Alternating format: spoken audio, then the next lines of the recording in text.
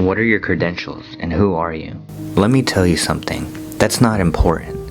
It's not important that I didn't go to Ranger School, that I failed selection on the first day, that I was a jump refusal in week 3 of airborne school, or that I failed my layout in air assault school. And don't even get me started on Pathfinder. That's not important. What is important is that we're here, we're alpha, and we're here to stay.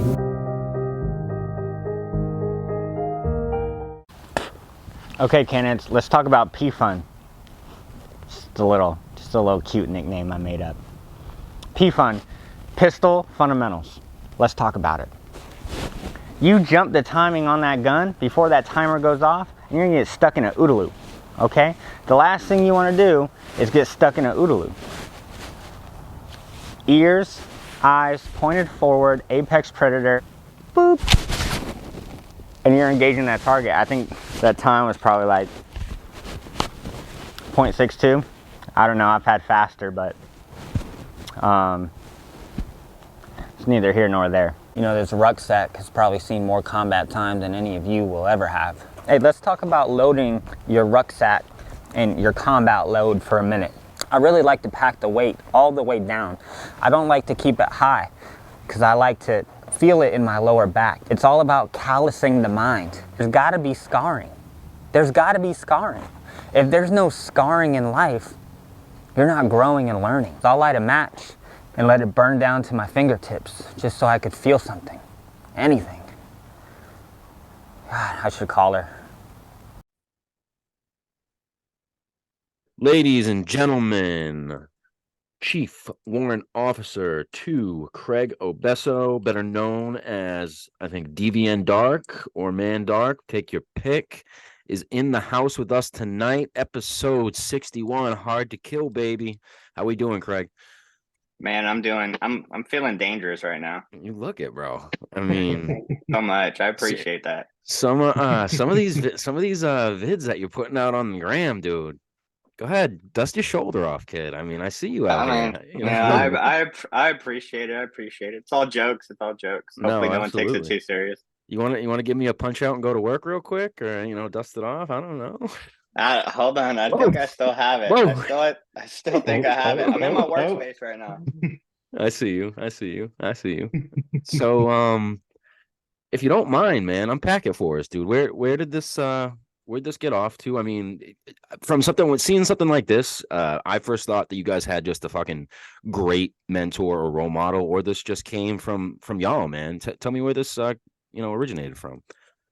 Yeah, so King Picks Media, his name's Chris. Me and him came up on TikTok originally, and we started about a year ago. Last month was kind of our 1-year anniversary of doing social media content, and he started first with the 2A type character on TikTok. He would do things like, "Hey, when's Chow? Get off my range. Are you 18 series?" And at the time,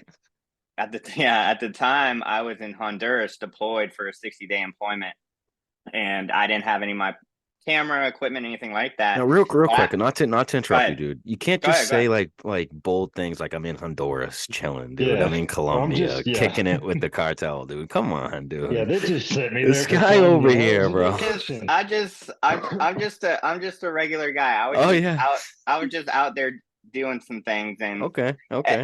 Anyways, I had some free time. I had a little bit of free time, and I had made a TikTok on my video where I had stitched this kid. He was talking about, hey, going into for the Army, we have a clothing and sales. You guys have a PX or a BX or whatever it's called in the Marines, but I talked about going into this and just sewing on whatever you want on your uniform, and no one's going to bat an eye. So I had done that video, and it almost had 1 million views. It was my very first TikTok video ever. Wow. And I was like, oh shit, like maybe I could do this.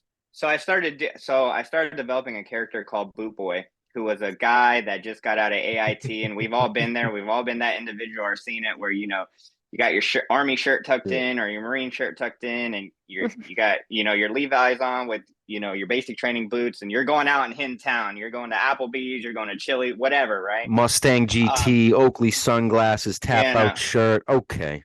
Oh yeah. yeah. Put a fat lip in, put some coke Oh, in, and, you know, put it in your back pocket. Let it stay in the back pocket so the ladies know what you're about.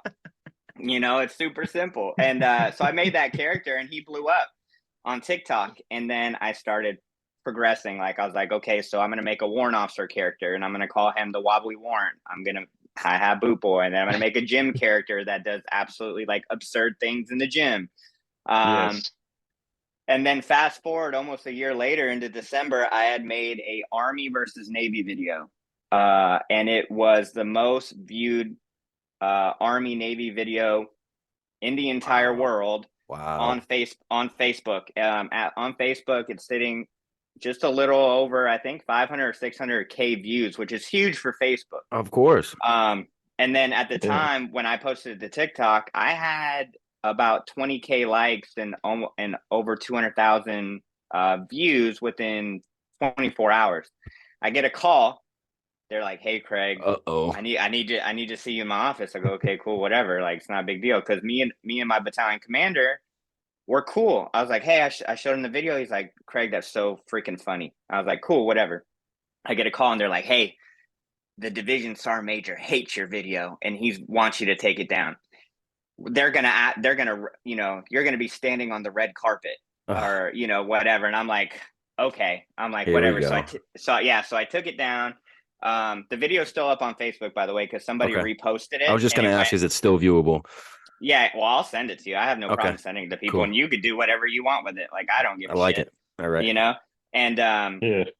so I was like, I talked to Chris and Nora, who are my business partners for Chow, and I said, I don't know what to do. I'm kind of stuck right now.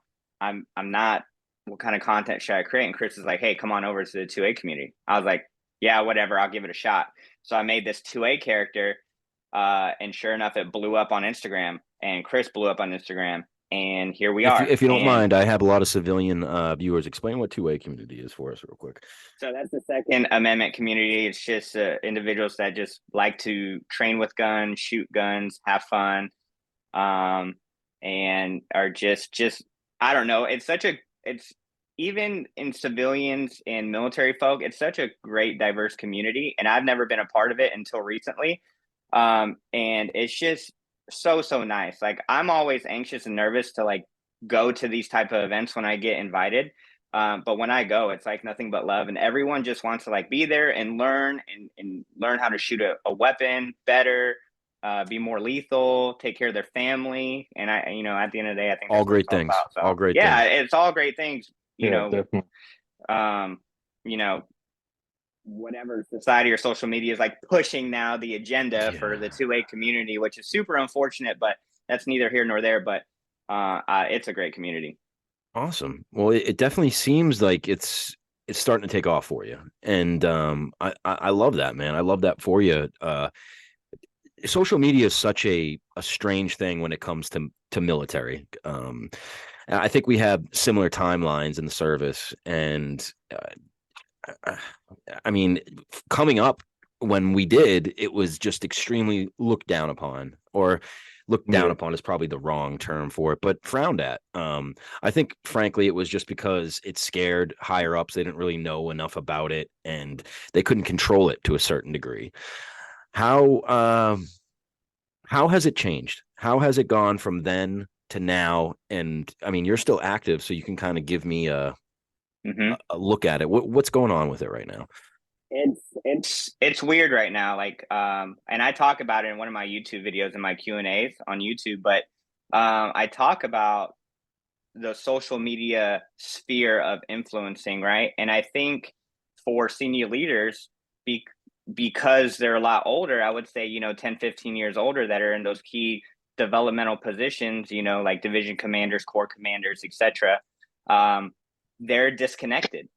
And it's unfortunate that they're disconnected, because there could be a lot of good that comes out of the Absolutely. social media stuff. But I think what happens in turn is they don't understand it, so they get scared. which Yep. I understand. I understand completely, Absolutely. right? But they get scared because we're talking about a brigade commander can influence how many people? Let's say 5,000 people, right? Is within their formation. Division commander, I think, is 10 or 15,000 people, right?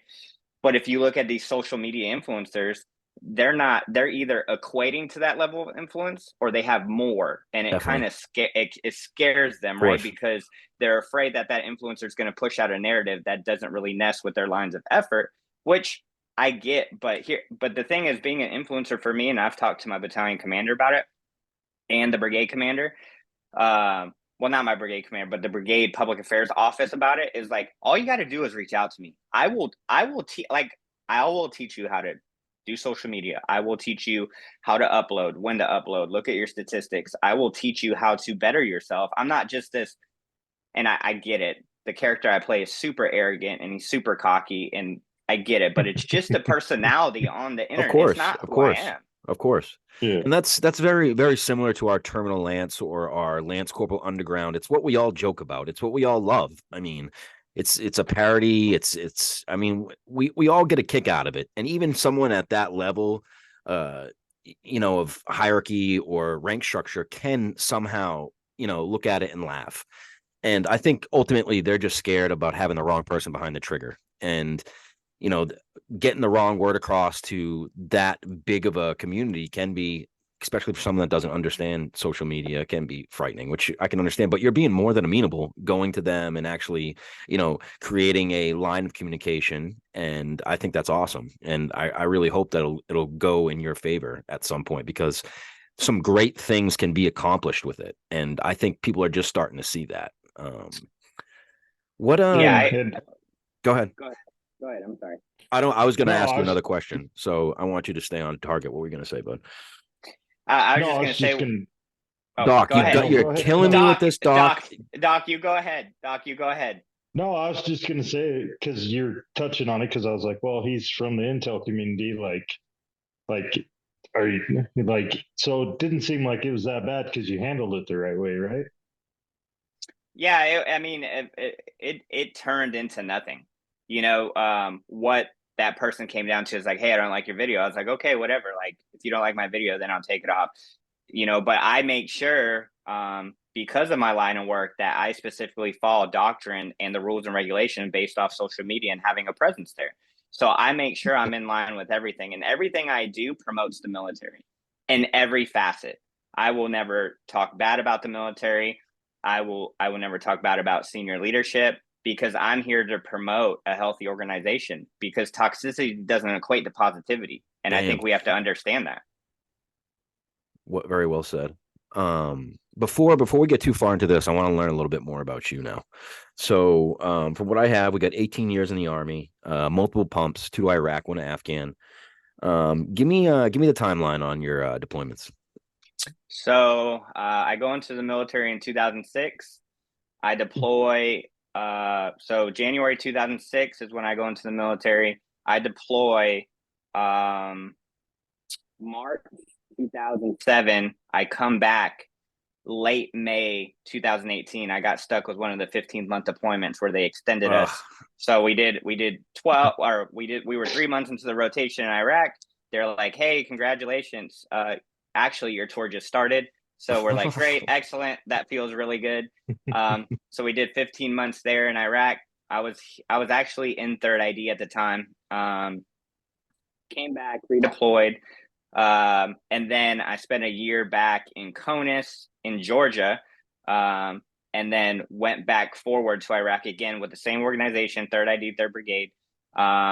Came back. I was like, hey, I got orders to Germany.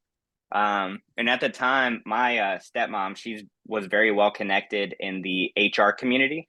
So I was like, hey, I don't want to go to Germany. So she made a phone call. Was like, hey, I got you orders to Fort Carson, Colorado. I thought nothing of it. I was like, cool, whatever. So I'm gonna PCS. So I PCS from Fort Benning, Georgia, where 3rd ID was currently at. Now it's not anymore. Went to Fort Carson, Colorado. Went to 4th Brigade, 112 Infantry. I was at a line unit, and they're like, hey, don't unpack your stuff. You're headed to Afghanistan. Oh yeah. And I was like, Yeah. ah, shit. I was like, all right. So, and I remember this explicitly, right? So I have a really good buddy. His name was Russell Irby. He's like he was one of my best friends. Still is kind of. We don't really talk, but at the time he was one of my best friends. He's like, all right, Craig, we're going to Afghanistan. Listen, as long as we don't go to the Kunar province, we'll be good, right? Op order comes down, Kunar province. He's like, fuck. I'm like, all right. He goes, okay, Craig, fine. Kunar South. Kunar South. That's the one we want, right? I go, okay, cool. Kunar South, right? The op order Frago comes down. It's like, hey, Kunar North. I'm like, we're like, fuck, right? He's like, fuck, this rotation's gonna suck. And sure enough, it did suck. So we ended up doing 9 months over in Afghanistan with 112 infantry. Came back. They're like, all right, get ready. We're gonna go to NTC. And I was like, hey, man, hey, I need a, because Yeah, quick tea. I think I was 24 at the time with 34 months of combat experience. Now 24 you're a and lieutenant.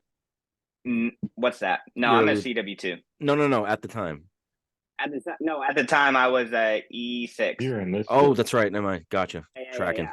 I was a E6. So I was like, I gotta take a time, time out. So I re-enlisted to get out of the fourth deployment to go be an instructor Gotcha. for the schoolhouse to do a job, and then did the schoolhouse, went warrant, and then boom.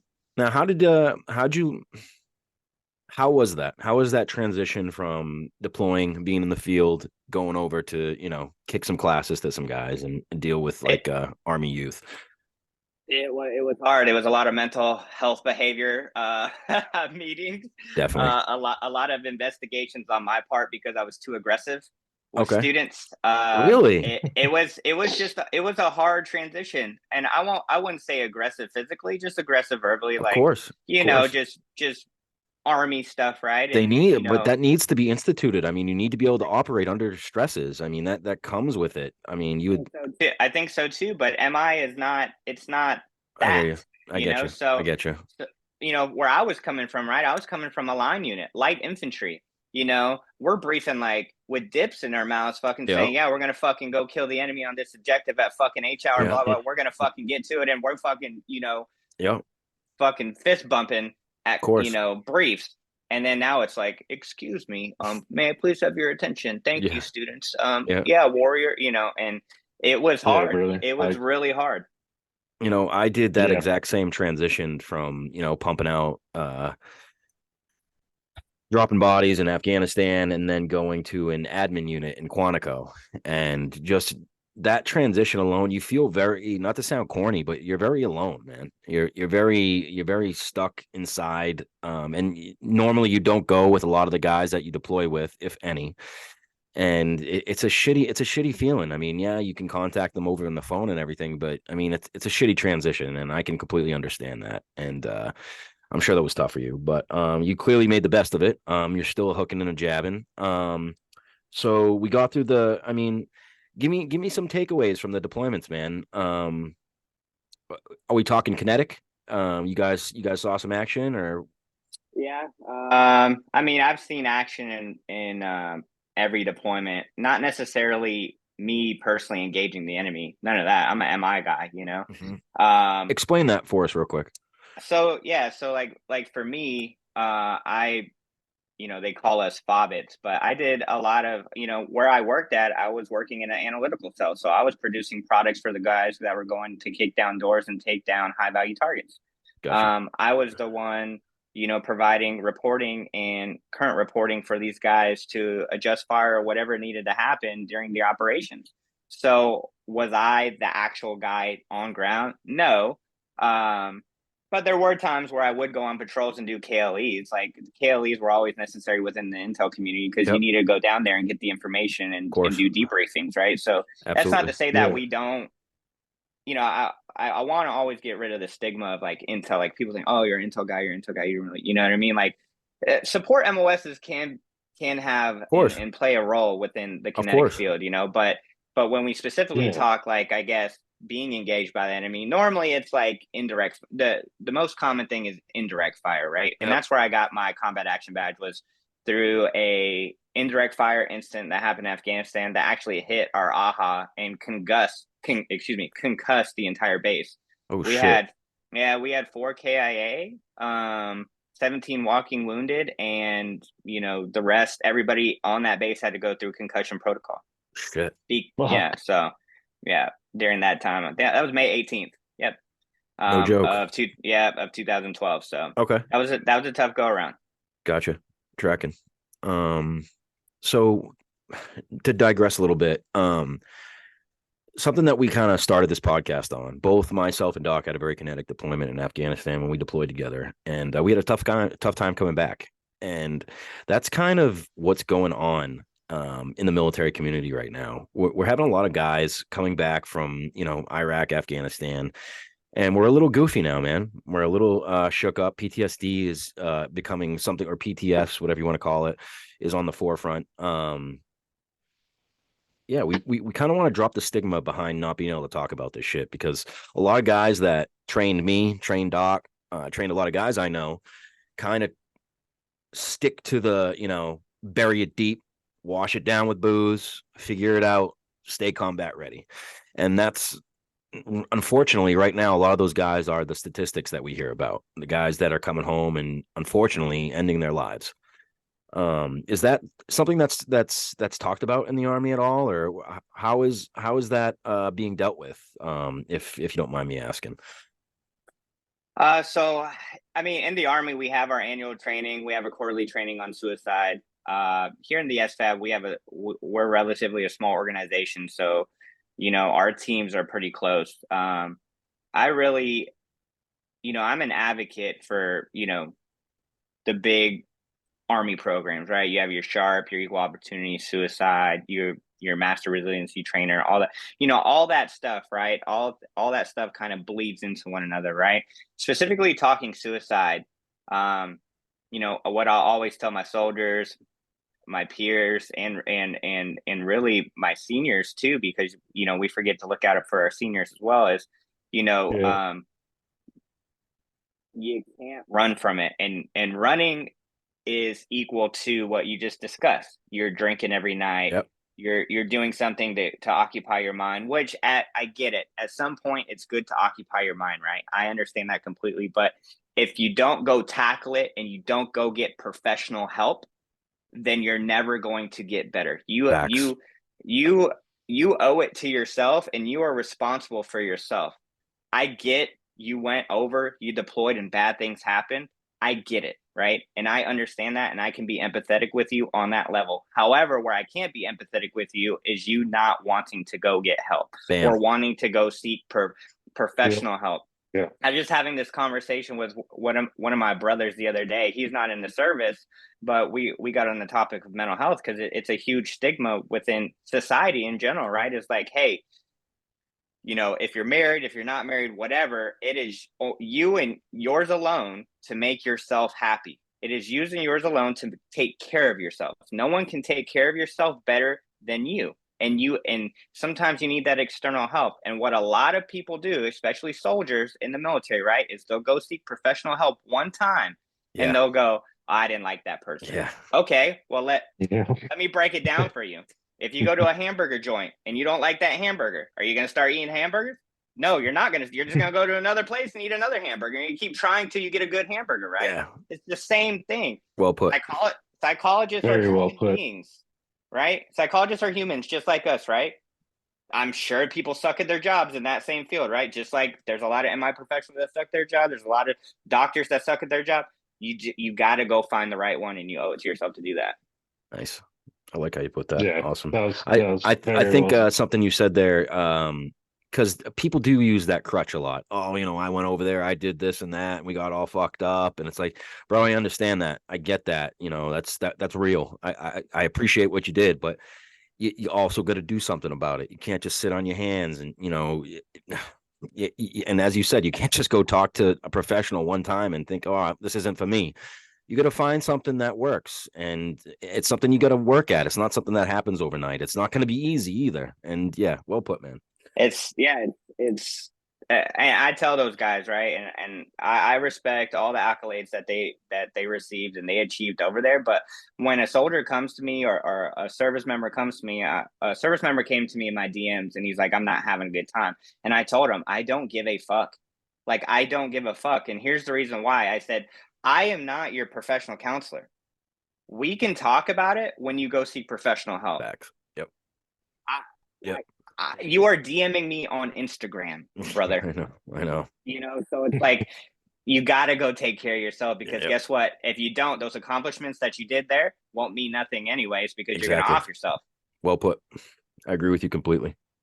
Yeah, absolutely, man. I agree with that. Okay, so I got a baseline on you. Definitely a unique MOS, my friend. I don't think I've ever talked to someone in your exact position, and that's exciting to me because I mean I do have some questions for sure. What I don't want to ask you what a day to day looks like, but where where are you getting a lot of the material that you use to put out to the guys on the front line? Is that mostly like GBoss stuff? Is that intel that you've gathered from interpreters, guys in country that utilize for specific things? And how do you put that all together and put it in a package for guys to actually utilize it? That's really interesting to me. When you say are you talking like just specifically my job? Mm-hmm. Yeah. So okay, so there's a bunch of warrant officer technicians in my field, right? I am what they call an all source technician, right? So in the field of MI, you have human intelligence, signals intelligence, you have technical intelligence, you have geospatial intelligence, and I'm probably open source intelligence, cyber intelligence, etc. Right? You There's a have all few. these things, right? You have all these things, right? But all source is exactly what it sounds like. It's all of it, all of the disciplines, and managing all of the disciplines to create a current operating picture for the commander to make a decision. Gotcha. So all the intelligence that is being gathered out there, we take it, put it in a nice package, and we're briefing commanders in order to make a decision that will enable them success. Gotcha. Huh. Yeah, good That's stuff. badass. I need everyone to understand, like, this guy's extremely humble, and this isn't a normal MOS. This is definitely something you got to work at and show that you have the understanding and knowledge and capabilities to perform at this level. It's not something easy that's just handed out in the military. So It's easy. come on, No, you guys can do it. You guys Okay. can do it. You guys can do it. We It's we couldn't have done our jobs if it wasn't for people like facts, you, man. facts. I mean, listen. If I can do it, anybody can do it. I am not the smartest dude. well, we definitely got a lot of intel that we use from guys with you and put it to good work. So I can definitely tip my hat off at you and say Yeah, give you a definitely. hoorah and a kill, man. Yeah. And by the way, you definitely give like a Donnie Darko vibe to me with that thing behind your head. You kind of have like the mouse ears going I on. know, Yeah, it looks like it. it's a perfect little I spook didn't setup want to that he's say got going anything, on. man. I think he knows that he's using it. I did it on purpose. Yeah, exactly. Yeah. Everything's I wasn't gonna intentional. say I anything. know. You got to be Yeah, careful yeah. with individuals like this, my friend. Everything's to test you guys. Yeah, Okay. it's all a test. So we got a little baseline on you. Got some pumps out, and it's interesting that you're doing Wen's Chow while you're still active, because it definitely gives us a outlook of what the military feels about this and how they want to operate with it. First off, how did you create that beautiful, awesome tagline, Wen's Chow? Because that extremely smart and great job on that, because everyone can tie into that and we all want to know when's Chow. When's Chow? Everybody knows Chow is continuous. So, Facts. So Chris, when he made his character, he said, and I wish I could take credit for it, but he said, "When's Chow?" And he started saying "When's Chow" frequently, right? And me and Chris became best friends over TikTok. It wasn't like he was my child. I wish I had this immaculate story where I could tell you like we were separated at birth. We share the same mother, but we're twins, but he's black, whatever, right? I wish I could Yeah, I tell was you gonna that, but say He's black, I'm green. yeah. But the fact is we met over TikTok. We became best friends. We started FaceTiming every day. And I have a background in graphic design because I used to be in the sneaker community a long, long time ago. And I actually used to do what you guys would do, is interview sneakerheads. But I was like, you know what? I'm going to create the logo for Wench Chow. I don't know where this is going to go, Chris, but I'm just going to create it. And we're going to go from there. So we collaborated. I created the design that you see on my shirt right here. And next thing I know, it blew up on TikTok. And I'm like, okay, so I said, you know what, Chris, we're going to do 50 shirts, right? I'll have 50 shirts made. He's like, I don't want to deal with the merchandise stuff. It stresses me out. And I'm like, whatever, man. Like, I'll handle it all, right? So we did our first run a year ago, actually, with 50 T-shirts of Wench Chow, and I'll never do that again because he was right. It was stressful and it was a lot of work, but I did it all through my Instagram DM. So I was like, okay, so we did that, and we ended up taking all the funds and donating it to actually a suicide organization over in Virginia. So we ended up making like $600. But anyway, so we created this Wench Chow, and we had a lot of ideas for Wench Chow. And so we just got busy with our social media content. We're like, well, we need a following, right? Okay, so we work, we get the following. Following happens, me and Chris, and then we bring Nora onto the team, Infidel Nora. So Infidel Nora is on the team now, and we're like, okay, 3 of us. Okay, so this is really happening. So I'm like, okay, we get an LLC of Wench Chow. Wench Chow is now LLC, copywritten, right? So I'm like, okay, sweet. So I'm like, now what do I do? So I spent 4 or 5 months trying to create merchandise and going to these other companies, and it just didn't feel right because I'm all about human behavior, authenticity. I will not work. I don't give a shit if you have a blue check. I don't give a shit if you have a million followers. If you're a douchebag, I'm not working with you because you're not gonna steal the morality of my character. Like, I am not. I'd rather sit at 11.8K following for the rest of my life than work with shitty people. And that's just how Wench Chow, that's what we're about, right? We've had a lot of, I won't say their names, but we've had a lot of people before the blue check era, pay to play came out. We've had a lot of blue check people reach out to us, go, hey, you should do this. We should work. And we're like, really? No, yeah, no, because what you stand for is not what we're about. We're not willing to sell our souls. So anyways, long story short is, spent about 4 months. Everything fell through. I was like, fuck, well, I guess we're not doing merch. And then I had this company, Raid Group. They reached out to me. They make these vests. I don't know if I have a vest near me. I'll have to show you later. Are you talking about the one that you kind of just put out? The green? You see the lucky green? Yeah, so I have that vest, and what's super cool is interchangeable. Okay. So I could, yeah, it's super dope. But anyway, so they're like, hey, we'd like to talk with you. I'm like, for some strange reason, I was in a mood, and I was like, yeah, sure. Like, what do I have to lose, right? They didn't give me an agenda. They gave me nothing. They were in Georgia. They were 30 minutes away. I was like, okay. So yeah, I'll just drive to you. Fuck it. Like, whatever. What do I have to lose, right? And I talked to the team. I'm like, hey, I'm doing this. I don't know what the fuck they want. I'm just driving there. Whatever. And I go there. Super cool, super dope people. Really? They show me around their shop, and they're like, hey, we will handle the distribution of all your products. And I said, what do you want? And they go, nothing. You're just a good guy. And I said, that's bullshit. I don't believe it, right? And I'm like, what? I'm like, yeah, okay. I'm like, okay, I'm just waiting for the catch line, right? Yeah, exactly. So the catch line is, he was like, I just need help you coaching this guy for social media. He goes, I don't want you to do social media for us because then you're our crutch. I want you to help this guy do social media so that I don't have to rely on you to produce videos because I know you're super busy. And I go, okay. And I brought them, shit you not, right? The next day, and you can watch my YouTube, I'm shooting a Medal of Honor story for the first Medal of Honor recipient. It was a 3-day project. I was about to do the 3-day project. It was like 2,100 at night, the night prior to filming and having the cast over and like briefing them, right? And I had 2 people cancel. Oh. So I call Raid Group. I'm like, hey, do you guys want to do this? And they're like, yeah, we'll be over. And they watched me through the entire process of setup, filming, editing, shooting, and I coached their whole social media in those 3 days. And it was great, man. It was beautiful. That's awesome. Nice. Yeah. Crazy how things like that work out, huh? Yeah. Okay. Doc, you got anything for him? Yeah, I mean, the questions I had written down, I just you kind of already answered them. So, well, so So what led you to the military, man?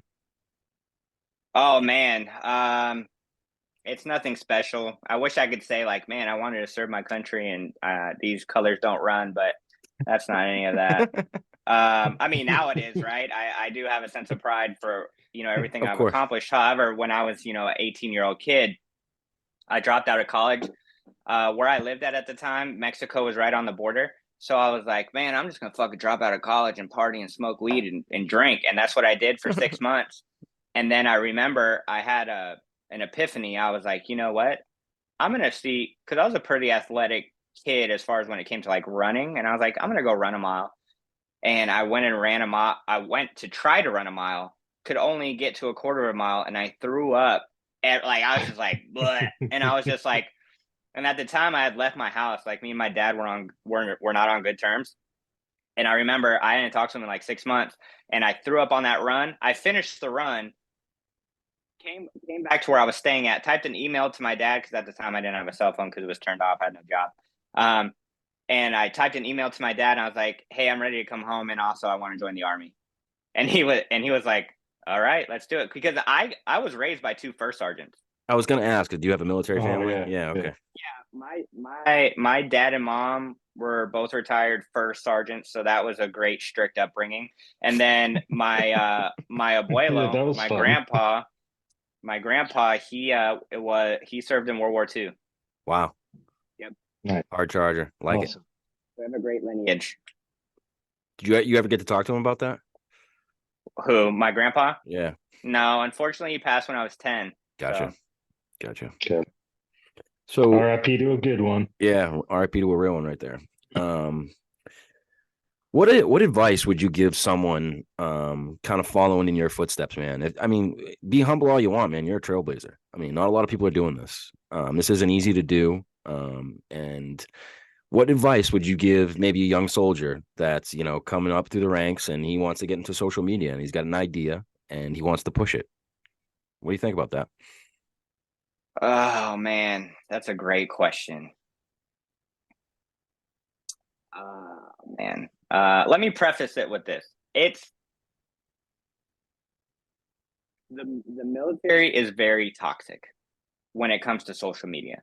And veterans, the whole community is very toxic. There is maybe like a 60-40 split, right? Where 40% are like actually like welcoming and and people really enjoy the content for the content. And there's people are just genuine, right? The other 60% are just gatekeepers and Yeah. just at Yeah. everybody's neck. So Yeah. so for a lower enlisted guy or somebody that's just coming into the military, it's difficult, right? Because the moment you make any type of content with your uniform on and you show your rank, you have now identified yourself and put yourself in a bubble, regardless of how creative you are. Regardless if you have the cure for cancer. If you're a PFC or you're a second lieutenant and you go to make a TikTok and you're doing something, it's not received. Yeah, it's not received Yeah. genuinely. It's not received to the creativity. I mean, you could spend a day editing and have the most greatest special effects, and the content is so original and creative, but all they're gonna look at is that. So I going back to, I guess, advice to younger soldiers or younger officers that are wanting to make content. It's a harder road for them, and I understand that. But if you really and truly want to continue to make content, go make content. But this is for really any content creator, whether it's civilian or military, and they're looking to make any type of content like this, is always do content that you love. Because when you love the content, that's all that matters. Because Mm, the moment you start making content for other people is the moment you start hating it. facts. Um, Yeah. and you start worrying about views and likes and analytics.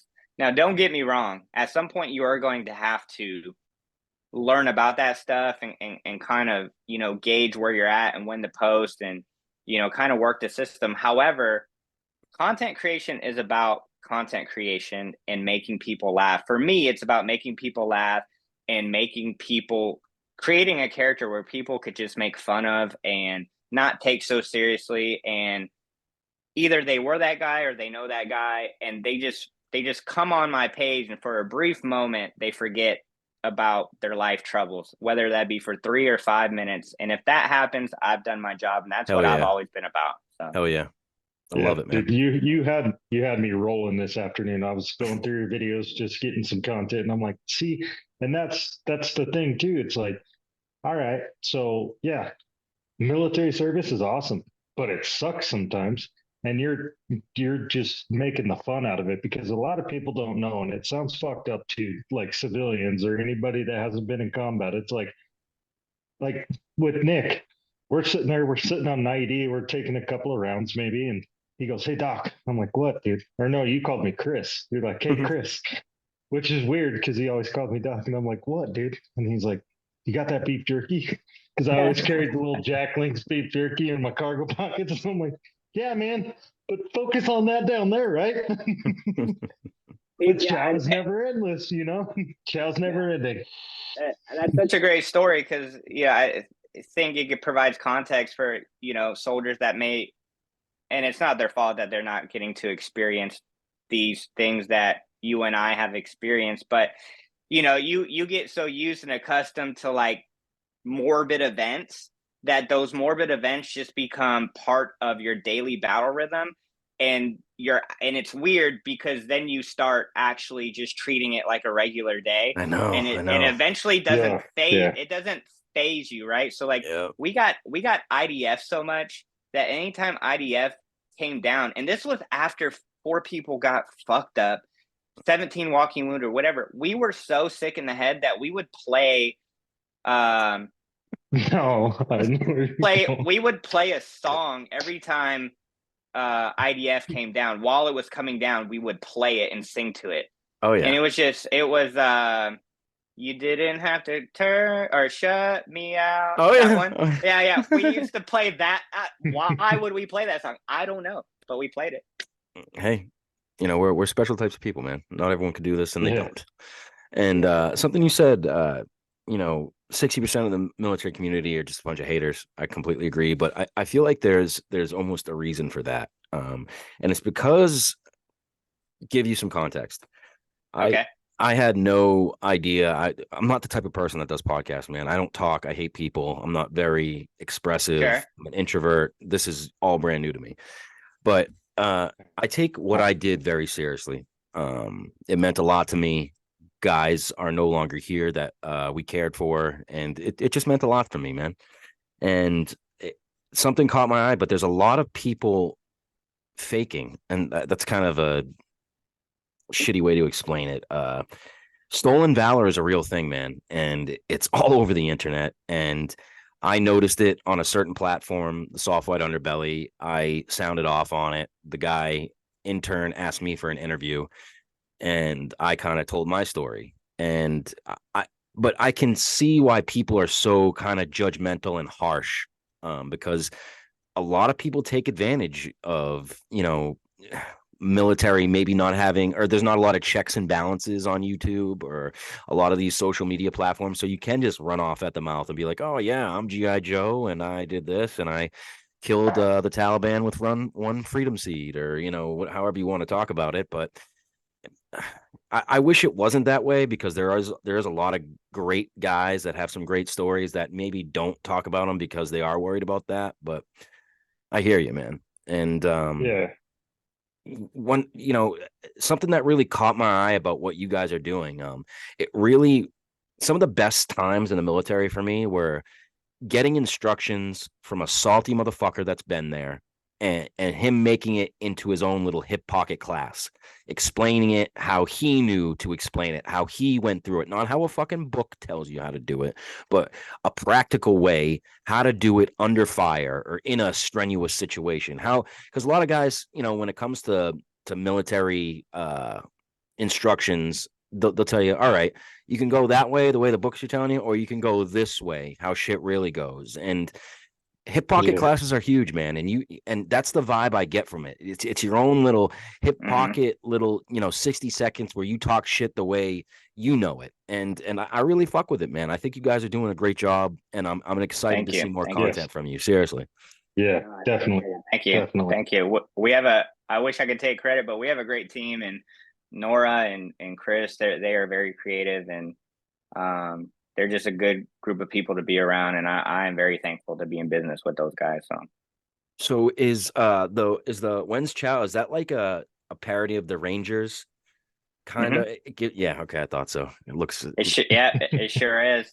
sick. And I get people all the time like, you're familiar with the DOD law trademark, and I'm like, Oh bro, God, Jesus. I'm like, bro, I don't give a fuck. If you can point on any fucking army patch that has a fork and a spoon on it, I'll gladly take it down. Seriously. And a tab that says "When's Chow." But other than that, get the fuck out. Seriously. I had a guy in my comments say, "Oh well," I'm like, bro, because I wouldn't put out the SFAB patch, right? And I'm like, bro, get out of my face, man. Like the patch, like I've never had this, and it's new territory for me, and I need to do a little more self-evaluation and kind of hone in on my EQ a little bit better. But like at that point in time, I was like, because you're asking me, the pettiness in me wants me to make these patches and never release them. Right. Seriously. But then I'm like, Craig, come on, like, what are you doing? Don't go full fourth gear. Yeah. Awesome, bro. Don't do it. Don't do it. It's hard, dude. A lot of people people don't understand putting your creativity out there on a platform for everyone to see. It's not fucking easy, man. And it takes a lot to do it. And we really are internally opening ourselves up for everyone to see and judge. And when you just harp on a stupid single petty thing, it's like, come on, bro. Like, is that all you're good for, is just hopping in the comments and just hating on something you're either insecure about or you're not smart enough to do on your own? Like get off my dick to a certain degree. I hear you completely. A lot of people tell me, Nick, don't read the comments. Don't read the comments, but it's hard, man. I'm swimming in that comment section. I don't give. Seriously. I give two fucks. Like, you know what I mean? Like I've been in the military for 18 years. There is nothing anyone can say me in those comment sections that I either haven't heard or been called. And I'm just like, when I was a young soldier and I was briefing, I was an E4. I got kicked out of a briefing and told I don't know shit and never to return to brief ever again. So like in front of everyone, in front of the whole staff, like you're not gonna. Exactly. You're not gonna tell me like, hey, you don't know how to hold that pistol. Okay, cool, man. Thanks. Thank you for coming to my TED Talk. Appreciate your opinion. Yeah. Like, I don't care. That's one thing I don't think a lot of the people in the comments realize. Like in the military, especially guys that came up on the enlisted side, we have had our ass chewed so many goddamn times for every little goddamn reason you wouldn't even imagine. So when it comes to like a petty comment in your comment box, I mean, it's just like, yeah. I've heard it before. I like to give them the K, the reply K, just a single. They hate it. They hate it. Yeah. I had a Birmingham police officer just go in on me on one of my Instagram reels that went super viral. It was when I was talking CQB, and do not listen to this guy. This guy is gonna get your fucking head blown off. And I went, okay. And he was in my DMs for 24 hours trying to call me through Instagram. I mute my Instagram notifications. So whatever, right? But because I won't get them until I actually open the app. But I went to bed. I woke up. I went to my Instagram notification. I saw like 10 missed calls. I was like, this guy is fucking insane. Yeah. Facts. This guy's literally insane. Homie's big bad. That's sadly social media. Yeah, and it's crazy, like, especially something you're doing because you are focusing on the veteran community and, giving us guys something to laugh at. But you just have people that don't get it, and you're like, exactly. Hey man, calm the fuck down. It's a goddamn joke. Yeah, but it's okay. I mean, it comes with the territory, right? Like doing satire and having, being this personality on the internet. Yeah, I'm gonna get those comments, and yeah, I understand that, and that's okay because at the end of the day, I mean, the people that matter will get it, facts. and that's it. Yeah, well put. I like it. All right. Well, you got anything you want to leave the people with, buddy? Just thank you for having me. Like Shut. Why don't you I plug some of your stuff, bro? Plug some of your stuff. no, I don't want to plug myself. No. I just want to thank you guys for having me and thinking of me and reaching out to me and thinking that I would be good for your podcast Absolutely. and having some of your time to just talk about my life and because normally I don't talk about this stuff and um you know it was great and I had a really good time and I appreciate you guys. I just hope that anyone that me and Doc choose to interview, we hope that we can follow your journey a little bit, man. We hope we can talk again. And it's really just me trying to big up another veteran that's trying to do the damn thing online, man, and kind of just be Yeah, man. creative Yeah. and just show what you can bring to the world, man, honestly, because being creative is not easy. And honestly, it took me a long time, dude. I was part of the creative not cool crew when I was younger, and I'm too tough for being creative. And then Yeah. until it took me for my balls to drop a little bit and realize that shit, dude, you're actually good at this shit and you can be creative, and who gives a fuck what people think? Seriously. Exactly. Look, And Yeah. listen, if you enjoy doing it, you keep doing it, man. And humility will get you a long way. And it sounds like you have a ton of it. And I think you guys are going to be successful. So appreciate that, brother. Doc, you got anything for him? Yeah, man. Thank you. No, just thank you for being on, dude. And I'm gonna pump your shit. I like I said, I was damn near crying when I was looking it up because I kind of got a last minute hit from Nick that we were having you on. I was like, oh shit, like that panic mode. Like I just got back from the gym, I had to shower, and I'm like, well, let me watch some of his videos, and I was dying, man. It's awesome, and doing stuff like that, like doing what like me and Nick are doing now too.